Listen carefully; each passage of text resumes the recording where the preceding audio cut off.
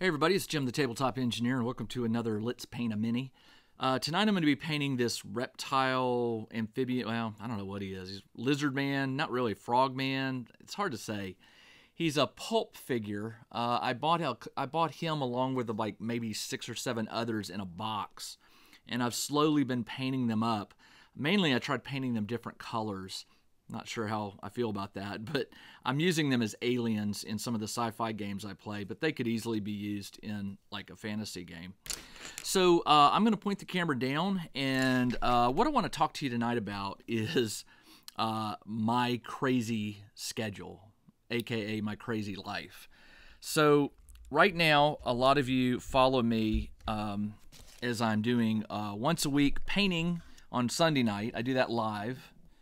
And then I also try to do a crafting session on Wednesday nights, which is live.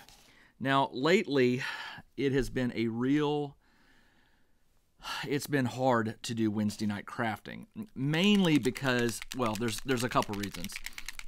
It's a weekday night, and weekday nights are usually pretty crazy when you have kids. Especially, now, a lot of you don't know this. My wife she works some late hours.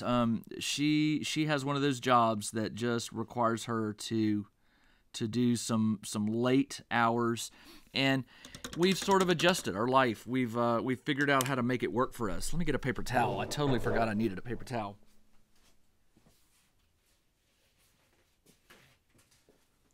So, you know, one of the things about doing a live crafting session on Wednesday nights is, and I feel horrible. I've had to miss it quite a few weeks, and it's not something I don't mean to be so flaky about it. It's just the way life happens.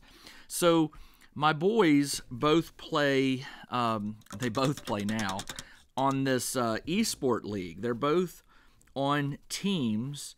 My oldest has been doing it now for, I don't know, a year and a half or 2 years, and he's gotten really good. And my youngest has started now, and you know, would I like them playing a sport, a traditional sport at school?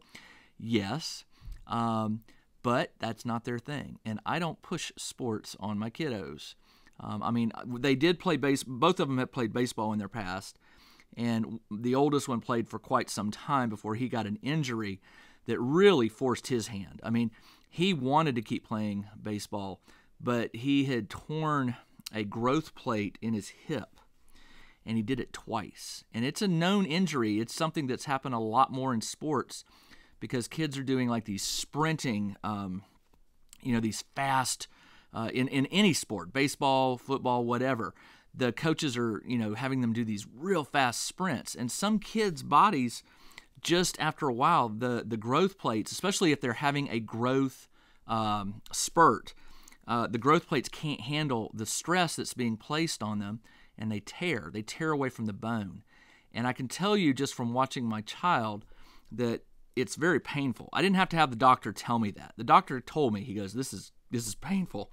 But watching my son twice deal with it, I know that it's painful. He just doesn't put on a show like that. So sports are out, and they've been doing this esport thing, and they love it, and I'm happy for them. It wasn't something that existed when I was a kid, but hey, that's the world we live in. Right now, esports are growing in popularity, and I think it's kind of cool because, it gives kids who aren't, athletic. Both of my boys have kids on their team that, you look at them and you think, no, they're not athletes at all. And you hate to say that because and as well as I do, I mean, I wasn't very athletic in school, but, I filled out as I got older. I wasn't skinny my entire life. And some of these kids, that's just their thing. They don't fit in with the sports group, so they're finding this esport. And I just think it's incredible that it's there as an option. And I talk to the parents, and they love it too. But I'm getting aside.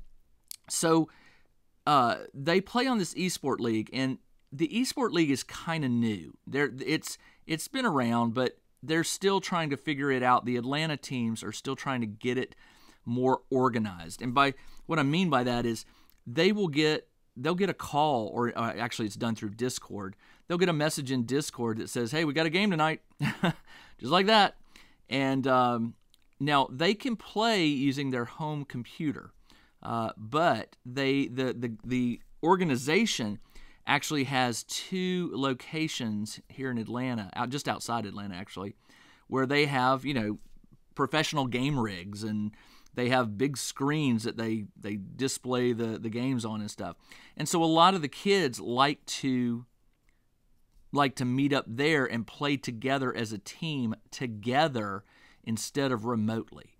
And so my first problem is it's kind of a hike. You won't know what this is, but from where I live to where the nearest game center is about an hour.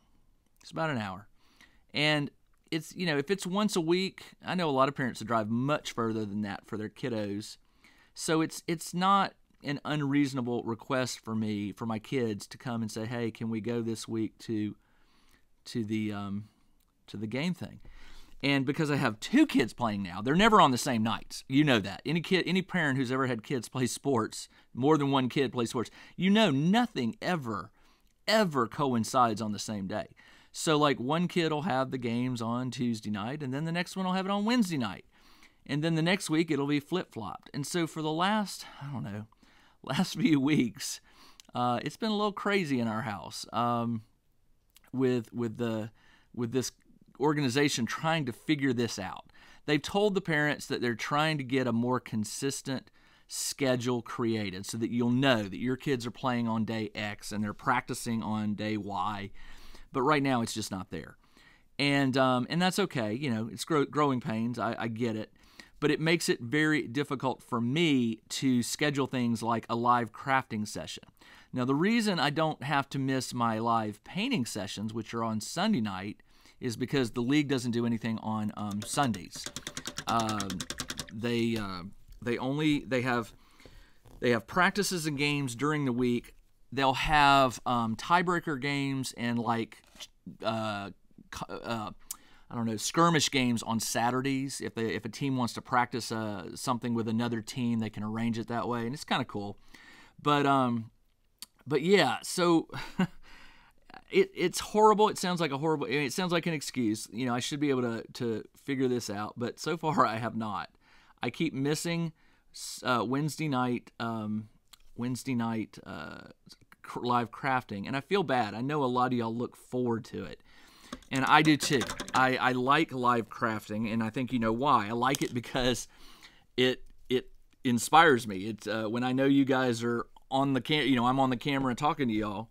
I get stuff done, and so I feel bad. And I know some of y'all are going to understand, and you're going to be like, "Don't feel bad. That's life. That's family first." And I get it. It is family first. It should always be family first. But there are times when I am just like, "Can it be Jim first this time?" I know that sounds horrible. That's very selfish. But when you're a parent, you do a lot for your kids. And I do a lot for my wife. My wife, like I said, works some very unusual hours. She travels for her job, and I try to make it not guilty for her. She already has enough mom guilt, if you know what that is. She has severe mom guilt when it comes to her kids because she works odd hours. Sometimes she gets home and it's close to their bedtime, or they're already tired and they've gone to bed. So it's tricky. But we make it work, and we do what we have to do. We do what we have to do. But I wanted to sort of explain myself because I have felt very, very bad about not being able to do live crafting for the last few weeks. So I started thinking about it, and I just don't know. I don't know if it's going to get any better because they're in what they call Winter League right now. And unlike traditional sports I guess traditional sports even today go year round with travel teams and stuff, but the esports doesn't really take a break. They have Winter League, they have Spring League, they have Summer League, they have Fall League. Now, Spring League, which is I think it starts in February and goes to like May, I think. That's the big one. That's the one where they have like the national champion. They'll have regionals for Southeast, Northeast, things like that. Then they'll have the Nationals. And my oldest, his team went to the Nationals last year, and they got third place out of like, I don't know, 70 or 80 teams. Now, that it wasn't that many teams that went to Nationals. There were like, I think it was 1 or 2 teams from each state that got to go. And it was held in South Florida, and we made the trip down there, and it was a blast, man. They held it at this university that has a program in esports broadcasting stuff, and I mean, it was done like a professional thing. It was crazy. Big TVs, commentators who really like knew their stuff and knew the name. I mean, it was hilarious. But I tell you this because right now what I was thinking is I was like, oh, you know what? When the Winter League dies down, maybe it'll get a little better and I can sort of more guarantee some activity. But I can't because I know my kids, they're going to want to play spring. They're going to want to play in spring for sure. And then they'll want to play summer and they'll want to play fall. And we've told them as long as their grades stay at a certain level, and they have done it. Last night they were. This is final, not final. This is midterm week for them. They're up there right now. At least my oldest is. My youngest has done his studying, but my oldest is up there studying for tomorrow's exam, and he knows the rules. You know, if he doesn't and his grades drop below a certain thing, he doesn't get to play in the next season. We don't punish his team by yanking him off. What we do is we just say you're out for the next season. And he believes us. He knows that we're sincere about that. But anyway, I'm getting off topic again. I'm trying to find a way to balance things. And I love doing the live stuff, but it's hard. The live stuff is very, very difficult right now. And I don't know if it's going to get any better. So I'm not going to make any promises about, live crafting coming back or anything like that. But right now, I've just got to say that it's just not working out. I love the Sunday night live painting, and I still want to keep doing that because let me tell you something. I'm getting minis painted galore. I mean, lots and lots of minis are getting painted in my house. So if you're having the problem of too many minis and not enough time to paint, pick an hour a week and tell your friends and fellow gamers that you're going to broadcast live and start doing that and watch. You will get some painting done. So I'm getting him there. He's looking good. I got to let the black dry so I can hit the toes. I don't want to do the toes until that is. I'm going to do them like a bone color, but I can't get too close to them because it's a speed paint called Pallid Bone, I think, or something like that, and it will bleed into that black or the black will bleed into the Pallid Bone, and I don't want to take that risk. I do need to paint the teeth, and I want them to be really sharp white. They stand out really well. So I hope you're enjoying the live painting. I'm also doing these not live painting sessions. I do these whenever I can grab like an hour. I just did about I did about 2 hours of laser cutting and gluing. My main business right now I still write. I do some writing.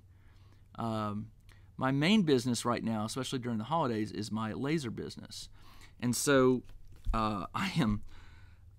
when I say I'm busy, that is like the most awful understatement. I am so swamped with orders. One of the things I do during the holidays is I create ornaments. I make train ornaments. I make dog ornaments for breeds and things like that. And this Christmas has just, I'm not going to give you numbers. I'm not going to talk about that. But I'm just going to tell you, this has been a banner year for my business. And Christmas is sealing the deal that laser was a solid purchase for me. But I'm just so swamped. But the one thing I don't want to give up on is these live painting sessions because I get my minis painted. And the other thing is these not live painting sessions, I do them when I get a free bit of time. Like I said, today I was just burning the candle at both ends. I've got a whole bunch of stuff gluing up, and the glue's got to set. and I had like a 30 to 45 minute break, and I was like, I'm gonna paint a mini. So I keep the camera in the the microphone. I'm tired. Close at hand so that I can drop and do these when I need to do them. I need to do the eyes, and I think I'm going to do the eyes with a baby blue, but not a speed paint because it won't blend right. So anyway, I wanted to at least address the issue that I have not forgotten about the live crafting sessions. I know a lot of y'all like them. They are just extremely hard right now to make happen. And I'm going to try again this Wednesday. But my youngest has his biggest test is the next day, and it's history. It's not his strong subject, and it wasn't mine, so I can't throw stones at him. And my wife has to work late that night, so it's going to be me helping him do whatever he needs to do. And we've already got it all laid out. I mean, he's going to basically relearn the semester of history in one night. He's going to be cramming. He has to because he wants to keep playing, and I give him points for that. He wants to keep playing, and he doesn't want to give up on that. So he's doing what he has to do to keep his grades up, and I applaud him for that. But what it means is I just don't know what my Wednesday is going to look like. All right, there we go. I will take some close-up pictures of this once the paint dries. And he turned out really good. I really like him. After I get done, I will dry brush the stone with some gray and white just to lighten it up a little bit, make it look more natural. I'm going to hit the talons with this pallid bone just to give them so they're not blinding white. And that'll be that. And then, of course, I clear coat it with a coat of matte varnish to protect it. But there you go. I don't even know how long this video has been going on. 17 minutes. So with the speed paints, I got this guy. Now, he only had, let's see, he had how many colors? Black, orange, yellow, red, blue. So 1, 2, 3, 4, 5. 5 colors. 5 colors. And most of it is his body is orange and the base is black. So it didn't take really a long time to do this. I blended the yellow spines or whatever the fins on his arms and his back. I did a wet blend between the orange and the yellow so that it's not so stark. It's just like it blends nicely. But you have to do that when it's wet, at least according to Dana Howell. She talked. I think it was her that I watched where you blended it. And but got to hit those toes, but the toes are going to have to wait until that black dries. All right. Well, that's it for tonight. Let me fix the camera. This is probably one of the shortest videos I've done in terms of painting. But again, I want to do these paint jobs real quick, chat with you about something that's on my mind, and the live crafting has been on my mind. So as soon as I come up with a solution for it, I'll let you know. But I hope you're enjoying these painting sessions. Let me know if you're not. I mean, I do them, but I don't have to talk. I can just paint and maybe play some music in the background or put some text on the screen or something. But that's it for this evening. I've got to get back to the machine behind me here and do some more cutting tonight. I'm taking a break. I got to get some food. That's what it is. I'm hungry. Got to go get some food, and then I will get back to the lasering. But I'll be back very soon with another painting video. Today's what, Monday? Yeah. I'll get back with another painting video very soon. And meanwhile, you can also watch some of my game playthrough videos that I'm going to be posting all week. So anyway, this is Jim, the Tabletop Engineer. Thanks for joining me as I painted a mini. I'll be back again with another one very soon. Until then, everybody, take care.